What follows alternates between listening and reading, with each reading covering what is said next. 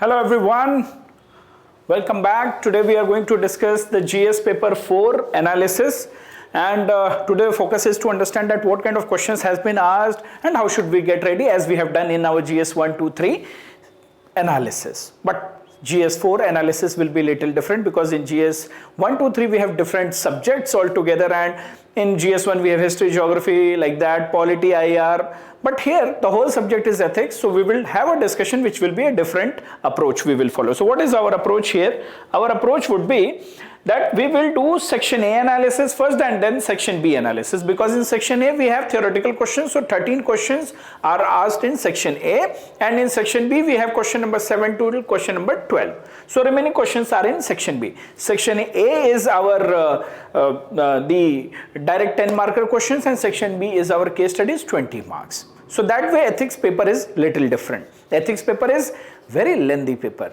So here in section A we have 7 units, and we will do the unit wise analysis, like how many questions have been asked from ethics and human interface, like 2, attitude 1, aptitude and foundational values 4, moral thinkers and philosophers 3, like that, ethics in public administration, probity in governance 1 question. That way we will analyze unit wise.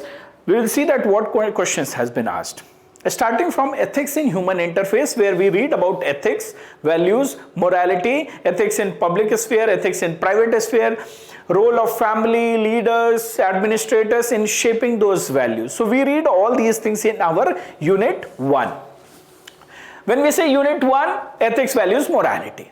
So here this was the first question and 1A. So here in nowadays what UPSC is doing, 6 question, and 1A, 1B, 2A, 2B, 3 has A, B, C, 4 has A, B, 2 parts. So like that, 13 question in section A, each the weightage is 10 marks only. So 130 marks is coming from section A, which is theoretical, and you will get only 2 pages to write. So here the question number 1 is saying, in the present digital age, social media has revolutionized our way of communication and interaction, and with that it has certain ethical issues associated and challenges as well.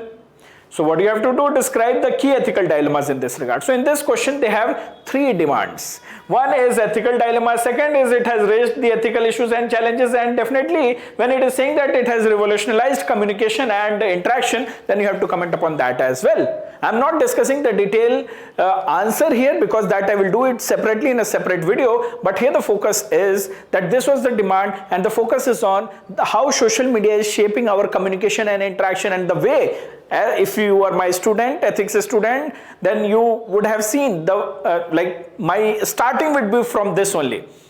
The moment two humans are communicating, they are shaping they are building relation, and there are certain boundaries that decides our ethical boundaries. So communication, if it is happening, interaction is, if it is happening, then it is ethics in human interface, definitely it will be there. So this question is a classical question from there, but you have to analyze it in the context of social media. So it is a contextual question, lot of leaning towards current affairs based, but application of ethics. So a lot of integration is happening. It is not a static question, it is a dynamic question having a current affairs leaning, but at the same time you see, that's why the ethics paper is said to be the lengthiest paper. It is lengthy because here itself you can see for 10 markers you have to address all these 3 subparts. Okay, so this was first question from ethics in human interface, the unit 1. Second question which was asked from this unit 1 ethics in human interface was this one: the strength of a society is not in its laws but in morality of its people, by Swami Vivekananda. So when you are this quotation, this is 3C. So 3ABC, that is quotation. So there will be 3 quotes given, and you have to tell the meaning of that quotation in the present context. You have to talk about the relevance of that quote. Now the point is, here you forget about Swami Vivekananda. There is no need to know why Swami Vivekananda would have said that, and whether Swami Vivekananda has said it or not. The focus is on the keyword which is given here, and this keyword is from ethics and human interface, which we read. Ethics, values, morality, which we read. What is ethics? What are values? What are morals? Morality, amoral, immoral. Then moral versus ethics. ethics versus values. We read everything in this unit, so you have to focus on that. It's not only about laws, law versus ethics we read. So it's not about laws, but the strength is in the morality of the people. So you have to comment upon that, bringing your concept and knowledge from ethics in human interface. And I'm proud that my students have done really very good in ethics paper, because this is how we read. We focus on conceptual clarity and linkage, day-to-day application in our real life as a civil servant, as an individual. This is how I design my classes, and it has helped my students immensely. Right? So this question is again coming from Ethics in Human Interface, Unit 1. So here we have seen that 2 questions have been asked, 1A and 3C from Unit 1. Taking it to the next unit, that is second unit, Attitude. Attitude, only 1 question was asked, and this question is 3B, quote based. The greatest discovery of my generation is that a human can alter his life by altering his attitude. Your attitude decides your altitude. This is what I teach when I teach attitude. As a quote I teach. So my style is very different. I will teach the concept, then related quotes, related examples, related previous year questions, related practice questions I will give, related keywords, ethical jargon. So if some of you have seen my videos, free lecture series, and if you have been part of my ethics classes, then you know that. So here again the focus is not on William James, the focus is on the quotation, that how your attitude decides your life, right?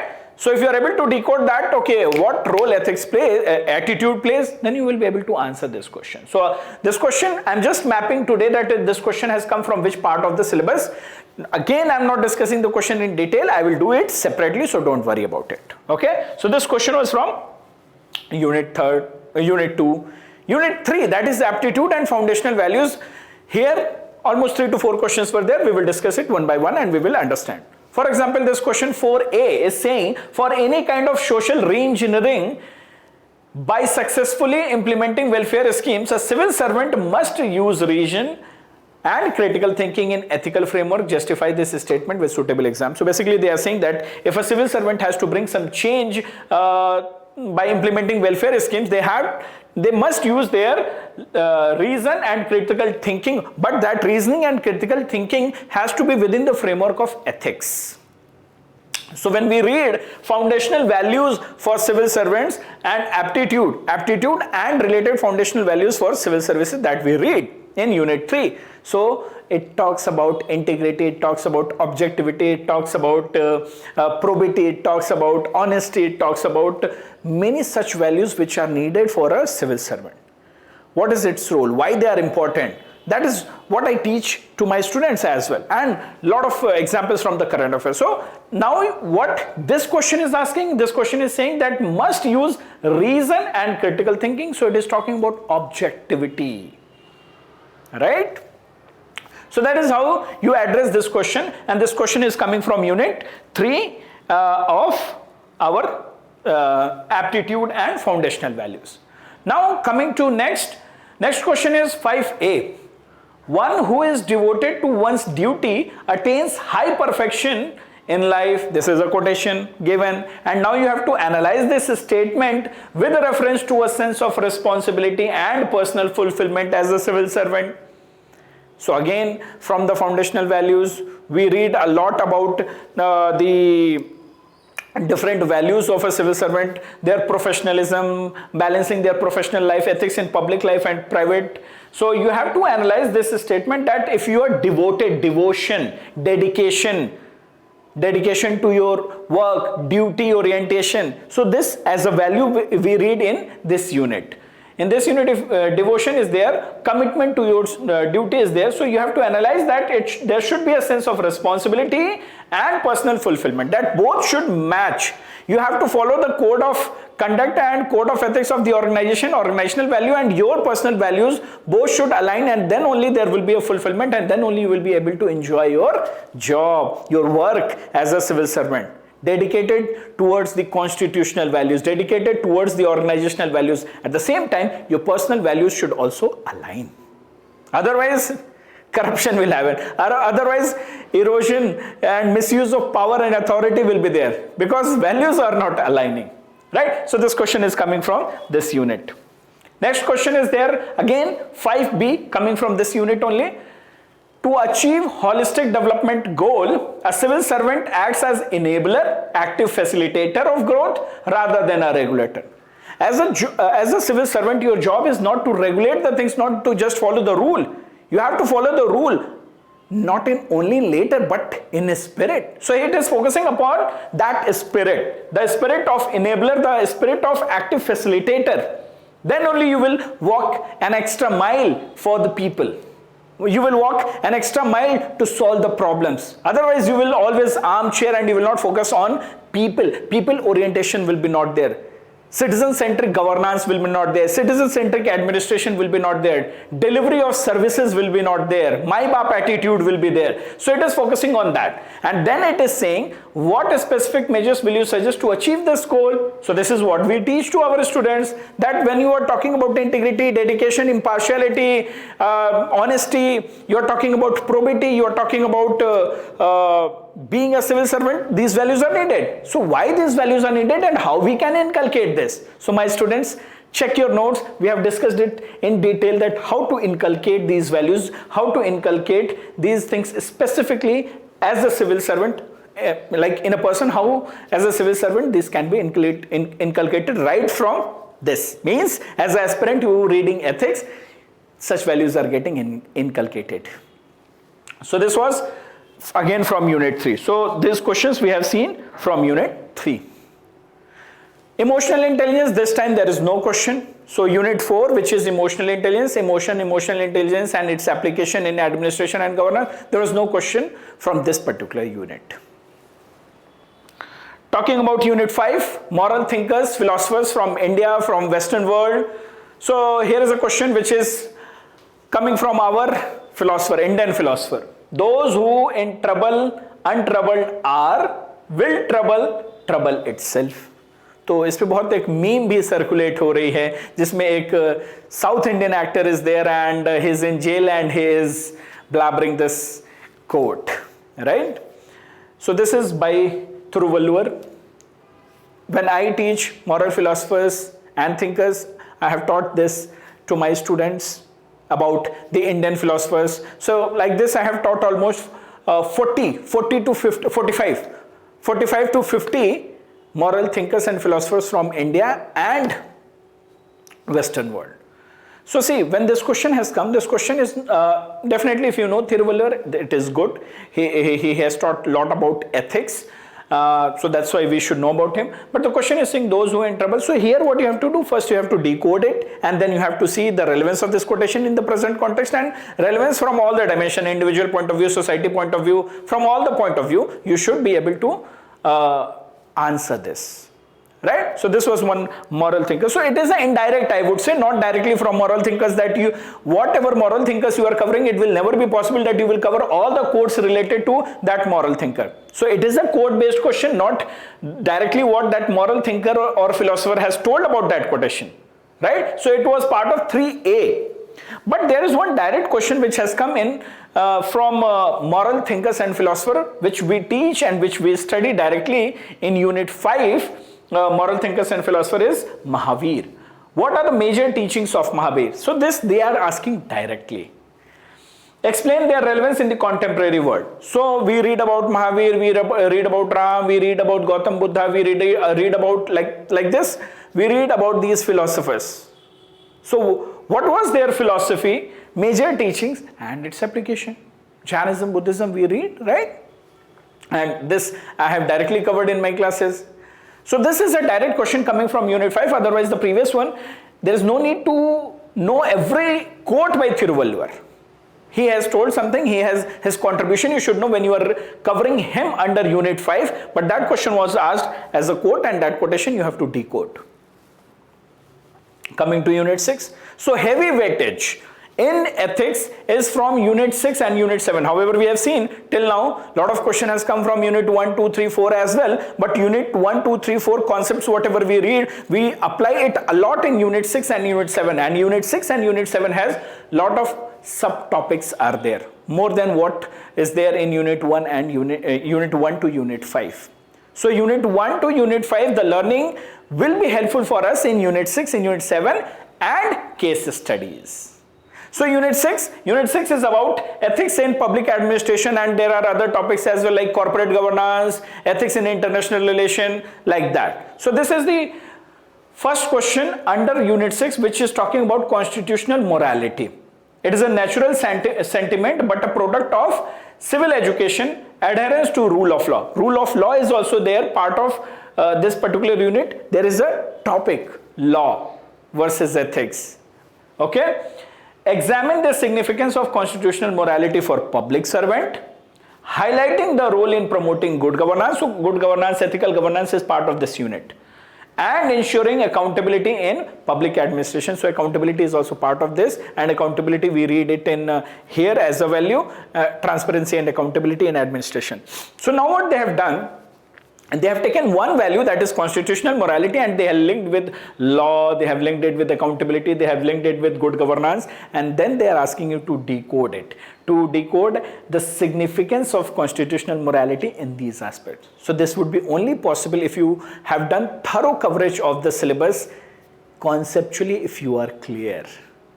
Constitutional morality has been asked in GS2 as well this year, but yes, GS2 perspective was different. It was with respect to judicial accountability and independence. Here it has been asked from the point of view of a civil servant, but keeping in mind these values: governance, accountability and rule of law.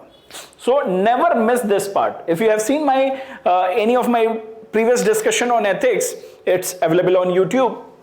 How to write code-based question. So never leave these statements which are given. You need to comment upon that, and then you need to address the demand of the question. Okay. So this was the first question which was asked under this. Second question which was asked was about Carl Vaughan. He said something about war. War is a diplomacy by other means. Critically analyze the above statement in the present context of contemporary geopolitical conflict. So in this unit 6, we have a topic called ethics in international relation. So when we are reading ethics in international relation, this is how we get the questions. Forget about his quotation, forget about who has told it. The focus is on that war is a diplomacy by other means. It is a diplomacy but by other means. So it is focusing on our national needs. So it is a diplomatic channel, but it is focused by other means. So you have to critically analyze the above statement in the present context of contemporary geopolitical conflict. Geopolitical: Russia, Ukraine, Israel, Middle East, Palestine, Thailand, Cambodia, India, Pakistan. So many conflicts are going on, and these are war. Nowadays trade war is also going on. So you can add one dimension of trade war as well. Otherwise direct war we have already seen. Operation Sindoor se leke सारी चीजें देख ही रहे हैं हम. So this question was again a classical question. We can map under ethics in international relation, and that I have taught my students ethics of war. Can you tell me 3 principles under ethics of war under which we have read many things? Let me know in the comment section. Coming to the next question, which is again we can map from ethics in public administration, is keeping the national security in mind, examine the ethical dilemmas related to the controversies over environmental clearances of developmental projects in ecological sensitive border areas of the country. So in border areas there is definitely a matter of national security, but we have given environmental clearances as well for the developmental projects. And those border areas are ecological sensitive. So you have to talk about the ethical dilemmas. I have taught my students very categorically, and I have given you the templates as well, ready templates. And I think it's there in my playlist as well, a free series on my YouTube channel. You can go and check ready templates. So ready templates, ethical issues are different, ethical dilemmas are different. Dilemmas are always between two things, this versus this. So that will be always like that. So you have to focus on ethical dilemmas here, keeping in mind the issue. So this question was asked from this particular topic. Next, another question. So 4 questions. Fourth one is, it is saying that for an ethical work culture, there must be code of ethics in place in every organization. So code of ethics, code of conduct, work culture, quality of services delivery, it is part of this unit, unit 6, ethics in public administration. Right? So this question is focusing on work culture. Work culture, code of ethics should be there in every organization. To ensure value-based and compliance-based work culture, what suitable measures would you adopt in your workplace? So you have to design your workplace and you have to tell what will be the part of your code of ethics. And remember, this is exactly the practice question, raw practice question I have given to my students. Okay, imagine you are running an organization. What will be code of ethics of your organization in order to test your value system, in order to test your thought process as a civil servant? So I had given them a scenario that if you are posted as a civil servant and you have been given this responsibility or freedom to design work culture for your office, then what all things, what all points would be there in your code of ethics and your code of conduct? So I asked them to design their own code of conduct and code of ethics, and this question has been asked. So I'm very happy, जैसा पढ़ाया है वैसा आ रहा है. I'm very happy that on whatever lines we have taught, we have collected the current affairs example, ethical jargons or the keywords, and the current affairs example, practice questions, everything has been reflected in this year's paper. And that's a proud moment as a teacher indeed, and that's a proud moment for my students also, because they have managed it very well. Coming to unit 7, that is the last unit of our section A, last unit of our ethics syllabus, because unit 8 is case studies on above. So unit 7 is about probity in governance. There are many small topics as well there, like corruption is there. Okay, so here there is a question asked, probity in governance, only one question has been asked. India is an emerging economic power of the world, as it has recently secured the status of 4th largest economy of the world as per IMF projection. However, it has been observed that in some sectors allocated funds remain either underutilized or misutilized. So this is directly one topic has been given here, utilization of funds. Under this topic, if you have covered the syllabus thoroughly, then this particular unit talks about utilization of funds. So the question is coming about the underutilization and misutilization of funds. What specific measures would you recommend for ensuring accountability in this regard to stop the leakages and gaining the status of the 3rd largest economy of the world in the near future? So the focus has been taking the static concept and linking it with the current affairs, that is 4th economy, and projection on becoming 3rd economy, and using this value of accountability and reducing the leakage. Very, very beautiful integration by UPSC, and I'm very sure the way we learn it in our class, everything would have paid result to those who have followed it sincerely. Right? Because this integration is talking about a concept, utilization of fund, why underutilization is there, why misutilization is there, factors, and then its impact. This is what you have to learn, its impact, then how it can be corrected. Now they have integrated everything and they have framed a question. So this question is coming from this particular unit, probity in governance. Right, so this is all from section A. Now starts our section B, where we will talk about the case studies. Case studies again separately I will discuss, so don't worry about it. However, I will just give you a brief that what kind of question has been asked. So in case studies, the question number 7 was flood disaster versus last rites of the mother. DC Vijay, he was the man of the situation, and based on this case study, 4 option has been given, 20 marks, 250 words, 4 pages. So basically 4 part, it means that on one page you can address one part, and on the first page question will be also printed there. So the question is saying, what are the options available with Vijay? What are ethical dilemmas being faced by Vijay? Critically evaluate and examine each of the options available. So here they are asking options and critically evaluate. So A and C you can club and write. And then B is saying about ethical dilemmas. D is saying which options do you think would be most appropriate for the Vijay to adopt and why. So in such question, earlier the case study had a lot of scope to innovate, but now here your creativity or innovation is not there. There's no much scope for your innovation and creativity because UPSC has already given you a structure. In that structure only you have to reply. However, they are asking options here, and here they are asking to critically evaluate and examine, so you can club. This is what I tell to my students, that you can club and answer, because here you are just mentioning option, then you are telling dilemma, then you are evaluating each and options given and which one you will follow. So earlier they used to give one question, now they have broken down that question into 4 parts. So this was our case study number 1.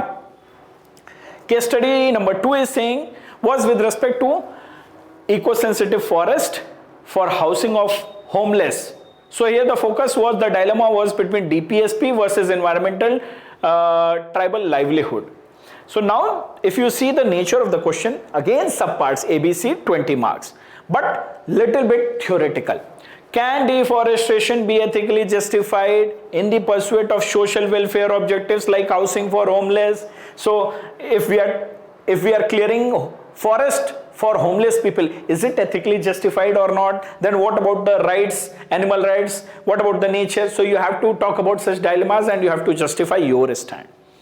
What are socio-economic and administrative and ethical challenges in balancing environmental conservation and human development? So if I analyze this case study is not about any person, you playing a role. Here it is about your GS knowledge, integrating it with ethics. So here applied environmental ethics has come into picture. Environmental ethics, when I teach environmental ethics, there we have seen the scope of environmental ethics, the principles which should guide our decisions. So those principles basically you have to write. How to resolve those dilemmas.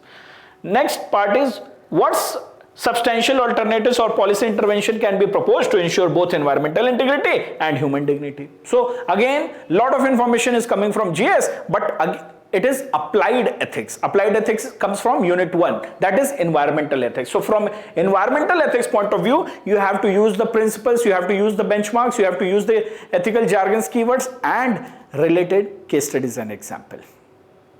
And also integrate and sprinkle the moral philosophers and thinkers in suitable according to this particular scenario. Utilitarian or the greatest good of greatest number of people. Use the Western philosophers, social justice, John Rawls. So use their concept. Next is PWD Secretary Subhash, insider information, ministerial pressure, and sun is in the real estate. Classical, it is coming from last like 2013 onwards. So we practice a lot on these lines. So in the above backdrop, Subhash is in a fix as to future course of action. So future course of action, discuss the ethical issues involved. Critically examine the options available to Subhash in above situation and which of the above would be most appropriate. So nowadays, be it the 7th question or this 9th question, UPSC is giving you direct frames. Okay, you talk about this frame, so there is not much scope of creativity or like presenting our things in a different manner. Points only you can present and justify in a different manner. The case studies, the example, the jargons which you give or the justification which you will give, that only will be a differentiating factor. Next is district MG Narega. Fake muster rolls, ghost workers and sampling of money is happening. So what to do? So what is your reaction to the above situation? MG Narega schemes, implementation of schemes. How do you restore proper functioning of MG Narega program? What actions would you initiate to solve the various issues listed above? And how would you deal with the above situation? So how will you deal? What actions will you take? What your reactions would be? So again, there was a lot of discussion going on social media that UPSC is asking you to write the same things again and again under different subheads. So here they are saying, what is your reaction to the above situation? What action would you initiate? And how would you deal with the above situation? So कान इधर से पकड़ो या इधर से घुमा के पकड़ो, बात वही है. You have to show your consistency. Generally this is tested in defense services SSB process, that you have to show consistency. So here UPSC is testing your consistency. Whatever you have written here, whatever you have written here, whatever you have written here is consistent or not. So indirectly they are testing your personality, your value system. Okay, so this was the demand of the second last case study was that. Coming to the last case study, that northeastern border refugees spill over with armed soldiers among civilians. So what are the options available with Ashok? So it is about northeast जो भी problem चली है, Manipur and northeast की जो भी crisis चली है, Mizoram, Manipur, then free border जो reduce कर दिया गया है. So northeastern border refugee crisis spill over with armed soldiers among civilians. So what are the options available with Ashok to cope up with the situation? What are the ethical and legal dilemmas? So both dilemmas, ethical and legal dilemma also. Which of the options do you think would be more appropriate? And in the present situation, what extra precautionary measures could be taken by the border guarding police? So again, GS type, but application from ethics point of view. So these were the case studies which were asked in UPSC section B ethics paper. So till now we have seen the nature of the questions, from where they have been asked, and what was the nature of ethics in that particular question. What kind of ethics you have to write, ethical कितने थे वो, ethics के point of view से कितने dominate हो रही थी चीजें उसमें. So based on whatever we have discussed here, we have a clear trend analysis. There is a high convergence with the current affairs, be it the social issues, AI-like dilemmas, war ethics, okay, leakages and growth, nature versus science dilemma. So heavy current affairs linkage and leaning. Section A is slightly tougher than 2024. 2024 there were certain things direct, but this was tougher. But ethics paper in general, be it 23, 24, 25, it is always lengthy. So this paper, 2025 paper, was tougher than 2024. Section B was harder than 24 on legal administrative precision, because here a lot of questions were there with legal administrative precision they were asking. We have seen MG NREGA का question हो गया, या last वाला border वाला question हो गया, और उससे पहले जो ह्यूमन राइट्स का दी होमलेस वर्सेस एनवायरनमेंट का हो गया. In such paper, UPSC is asking you to act as a civil servant in a facilitator state, where they are testing your practical probity and your civil servant role as enabler, duty devotion. ये एक recurring theme थी. What was new in 2025? So in 2025, border security, refugees with armed elements, and that reflects northeastern India issues, Myanmar crisis. So this was new. This was new because otherwise also whenever you will see question paper like earlier national education policy has been, so current affairs linkage was there, but this was new that border security has been also asked in 2B and 12 and refugee and armed. So a lot of new themes, new niche we have seen. Earlier such niches were not there.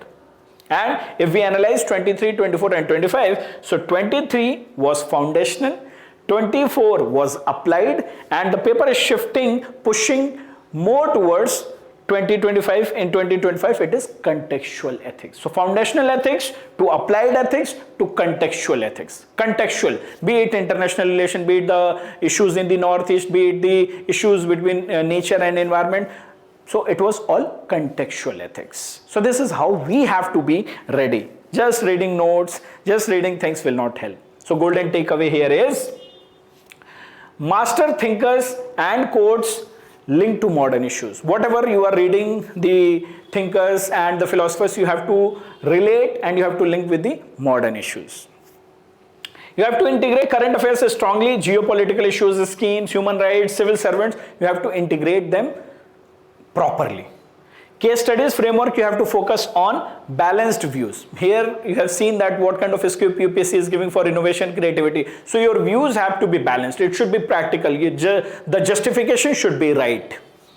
Conceptual clarity is must. This is what I tell to my students, because in ethics I have seen 99% of the students, their conceptual clarity is not there. It's a patchwork, reading from internet, reading from certain books, reading from some classes, reading from toppers notes, reading from free material, this, that, and it will be patchwork. There will be no conceptual clarity. And after that, practice more. And I've seen this is where UPSC students lack a lot. Simply practicing PYQ will not help. You need to practice more questions on the similar lines. So build aptitude and critical thinking. So here, this is what I tell to all my students that you don't have to just read ethics, you have to imbibe ethics. मैं खुद ethics पढ़ाता नहीं हूं, ethics को imbibe किया है, तब ethics पढ़ा पाता हूं. Similarly, you as a civil servant, there is a purpose that why UPSC has introduced this syllabus, this particular paper in UPSC, in IAS exam. किसी और एग्जाम में इस तरीके का पेपर नहीं है. Because the nature, the roles, the responsibility, the power, the authority, the resources which you are going to handle tomorrow, ethics should be part of your personality. And when it will become your attitude, when it will become your value, when it will be reflected in your character, not only in knowledge and your thought process, then you will be able to manage not only paper, any situation. Because then you will write with conviction, right? So do all these things, and going forward you can use this free lecture series which is there on our YouTube. So a lot of things like case studies, how to handle, then emotional intelligence, Teachers Day special, Sarvapalli Radhakrishnan and his contribution, then certain keywords, then ready templates. So you will find a lot of good content. Even we have discussed PYQs, and this year's PYQs also we will discuss. You can also make use of this video. One of our student last year, from last 2 years, is getting rank. So this is 2023, he got rank 284. This year also 2024, he has also again got rank in 200, and his marks was 133 in ethics. So it was one of the highest marks. This year also his marks are same range, 132, right? So he has got very high marks. He was my foundation student. He has learned ethics from scratch from me, under my guidance, and when you will see his interview, you will get to know what he has to say about ethics. Okay, so do watch this video. Again, another student, IPS Ashwin, he was AIR 148. Before that, he was IRS officer. So he has enhanced his ethics marks from 114 to 131. So you can watch his video as well, and you will get very good perspective. Okay, you can also make use of these videos, concept videos, discover why integrity is the mother of all virtues. So make use of these videos. We are there to help you. Make use of our guidance, make use of our classes, make use of our knowledge, our experience, and don't leave any stone unturned. बाद में ये regret नहीं होना चाहिए कि sir time था, sir guidance भी थी, सर हम कर नहीं पाए. Today only I was interacting with one student and he told, sir I have realised my mistake that I was not in right energy, right mindset, right company, right environment, and I have not put in the effort which I should have for this exam. So I don't want that he or anybody should regret. So make use of all the resources which are available there with you and nail it, sail and become a topper, right? So this is what even we want. So make use of this, these videos, and if you need anything, please let us know. In future, we will discuss the other, I will come up with. So analysis video is done, essay we have done, GS 1, 2, 3, 4 we have done. Now we will take subject wise questions and we will discuss in detail, so that you will get to know that what kind of content you should write. Right? So see you all. If you need anything, drop us a message in the comment section. If you want to make us, if you want that we should make any specific video on any particular topic, please let us know. Till then, see you all. Take care. Bye-bye.